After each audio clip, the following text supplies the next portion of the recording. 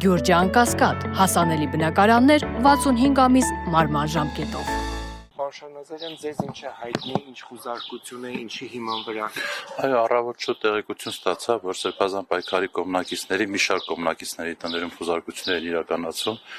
Այս բանից ցավոք սրտի չեմ կարողանում կապ հաստատել նրանց հետ, որովհետև մանրամասների տեղյակ չեմ, թե ինչ է տեղի ունենում, բայց այստեղ գալուց արդեն տեսա, թե ինչքան ոստիկաններ են կուտակված։ Այստեղ ամբողջ փողոցը ըստ էության փակված է, եւ ոչ միայն այս փողոցը, ներքևում ավտոբուսներով ոստիկաններ են կանգնած։ Եկել եմ տեղեկանալու ինչ կա, բայց ինչպես տեսնում եք, մուտքը արգելված է, այստեղ են նաև վարածել ոստիկանները։ Փորձում եմ հասկանալ ինչումն է խնդիրը։ Պայմանավորում եք այս ամենը երեկվա, իշխանական լրատվամիջոցի տարածած տեղեկությամբ, ըստ որի ընդդիմադիրները Հայաստանում իբր ըստ լրատվամիջոցի հրապարակման պատրաստվում էին հեղաշրջում իրականացնել։ Այն ինչ որ հրապարակվել է երեք իշխանական լրատվամիջոցների կողմից եւ տարածվել երկրում իշխող զույգի կողմից, անկեղծ ասած ավելին քան վատ սարքած կեղծիք այլ տեղեկությունների առիթ ուղղակի չէր տվել։ Լրատվամիջոցները խնդրում էին մեկնաբանել, իսկ մեկնաբանելու բաներ չկար։ Այդտեղ ակնհայտ է, որ նման ծրագիր իրական իշխանափոխության համար որևէ մեկը չէր կազմելու եւ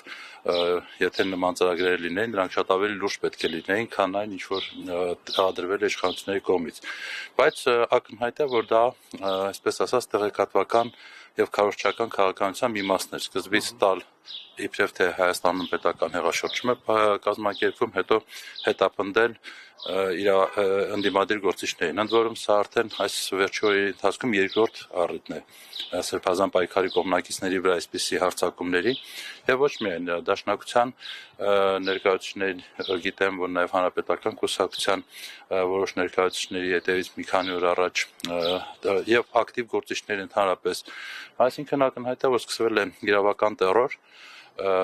եւ շատ կարեւոր է գիտակցել, որ դա սկսվել է Փաշինյանի Թուրքիա գնալու զուգահեռ։ Այսինքն ինձ համար այստեղ հիմնական ուղերձը այն է, որ ինչ որ նոր բաներ են պատրաստվում եւ այդ ծրագրերը իրագործելու համար Փաշինյանը փորձում է մտածածին, հորինած, նույնիսկ չեն էլ ջանք գործադրում, որպեսզի իրավական քիչ թե շատ հիմքեր դրվեն դրա տակ, նման թղթերով եւ նման սարքած գործերով մարդկանց ձերբակալել, չգիտեմ, խոզարկություններ իրականացնել եւ այլն։ Նպատակը ո՞րն է այդ դեպքում։ Նպատակը արդեն ասացի, կա ինձ մոտ համոզմունք, որ Թուրքիայում նոր պայմանավորվածություններ են ձեռբերվել, նոր խոստումներ է տրվել Ադրբեջանին, նոր խոստումներ է տրվել Թուրքիային, եւ այդ խոստումները իրականացնելու համար նախապես չեզոքացնում է հնարավոր դիմադրությունը։ Այսինքն նաև հանրության ուշադրությունն այս շեղում օրակարգից։ Նաև դա միանշանակ, բայց վերջին ամիսների իրենց գործողությունը թույլ է տալիս ենթադրելու, որ թքած ունեն հանրային կարծիքի վրա, ընդհանրապես թքած ունեն, եւ հիմնական խնդիրը այն չէ, որ հանրության ուշադրությունը շեղեն, այլ այն է, որ չեզոքացնեն դիմադրության բոլոր օջախները։ Հարձակում եկեղեցու վրա, Սամվել Կարապետյանի ձերբակալությունը, խոզարկություններ, ձերբակալություններ Սրբազան պայքարի